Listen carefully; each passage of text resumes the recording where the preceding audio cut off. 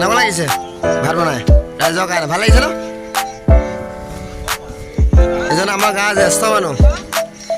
এয়া আহি গ'ল তেওঁ মাংসৰ ঢাকনি উঠাই দিছে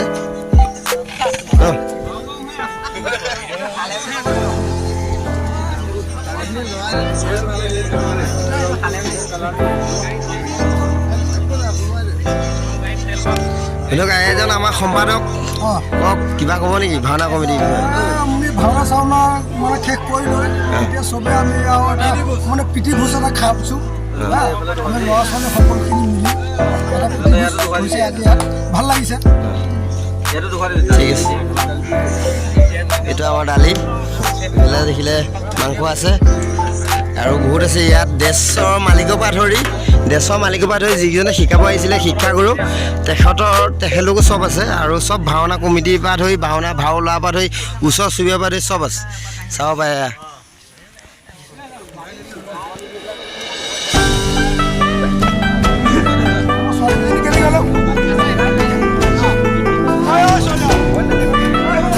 কেনেকুৱা লাগিছে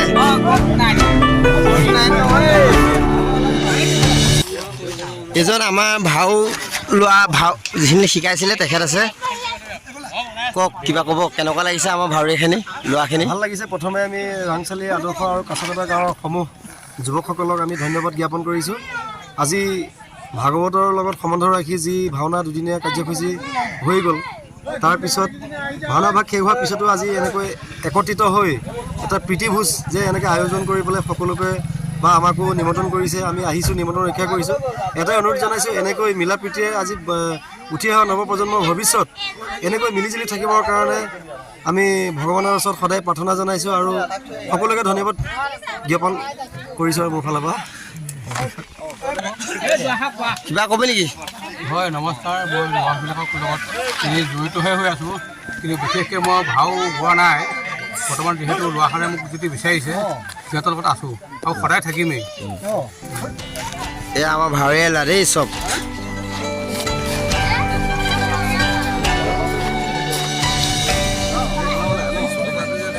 ছোৱালীজনী ক'লে বুলি কয়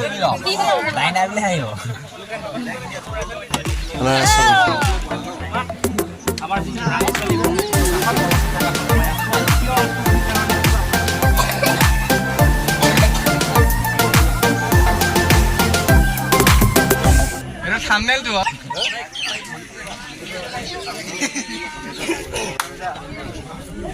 দেখা পাই চালোঁ লোকেন্দ্ৰ ব্লগছলৈ স্বাগতম দিলোঁ এয়া আপোনালোকক দেখা পাইছোঁ যিখিনি দেশৰ আছিলে কলা কৌশলী তেখেতলোকক দেখা পাই চেষ্টা কৰিছোঁ আৰু এয়া দেখিব পাইছে যিজন দেশৰ মালিক আছিলে এইজনেই হয় আপোনালোকে যোগাযোগ কৰিব পাৰিলে ভাল হ'ব আৰু মোৰ ইয়াতে কণ্টেক্ট নম্বৰ দিয়া হ'ব আৰু নেক্সট এখেতে কি দুই এষাৰ কয় ক'ব খুবটাং বয়কম খুবটাং আমি পোনপ্ৰথমে আমাৰ কলা কৌশলী আমাৰ অসমীয়া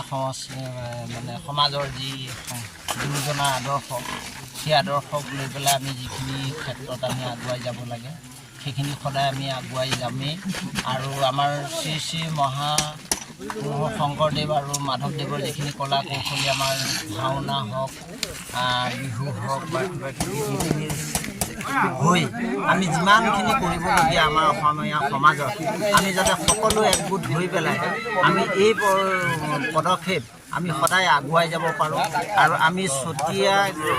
খাটোৱাল গাঁৱৰ পৰা অসীম পোচাক ভাণ্ডাৰৰ পৰা আমি আহিলোঁ ইয়াত পোচাক দিলে দুই নিশাত আৰু দুই নিশাত গালে আমি দুইখন নাটকৰে আমি দুই নিশাতে আমি পোচাকো দিলোঁ আৰু পেইণ্টিঙো কৰিলোঁ ৰাইজে আমাক আদৰি লৈছে অসীম পোচাক ভাণ্ডাৰক আৰু আমি এতিয়ালৈকে যিমানখিনি কৰ্ম কৰিছোঁ ইয়াত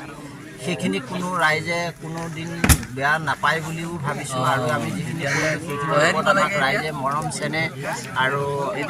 সন্মানো কৰিছে লগতে আমি এনেকুৱা এটা অনুষ্ঠানলৈ আহি আমি বহুতখিনি আনন্দ হৈছোঁ যাতে আমি আৰু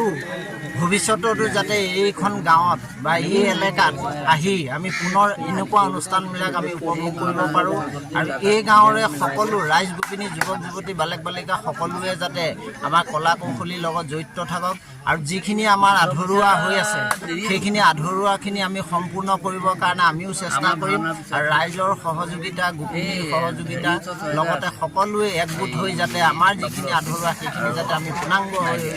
হিচাপে ফুটাই তুলিব পাৰোঁ তাৰে হৈ কামনা কৰি আমি প্ৰভু ভগৱন্তৰ শ্ৰীচৰণত সেৱা জনাইছোঁ যাতে আমাক ঈশ্বৰে শক্তি দিয়ক সৰস্বতী কণ্ঠস্থিতি কৰি দীৰ্ঘায়ু কৰি সকলোকে যাতে ৰাখক এইখিনিৰে প্ৰাৰ্থনা জনাই আমি ঈশ্বৰ নমস্কাৰ।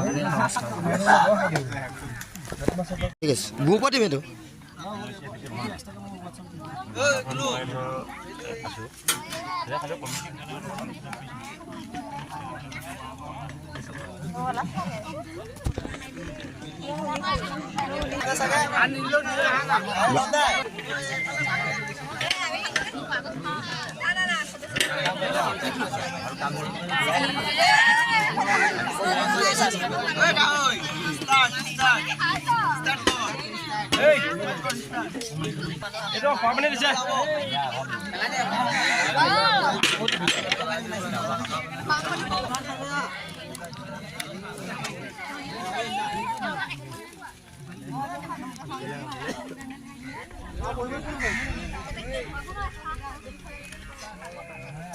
ভাত নিদিয়াকৈ ফটো উঠাই থাকিলে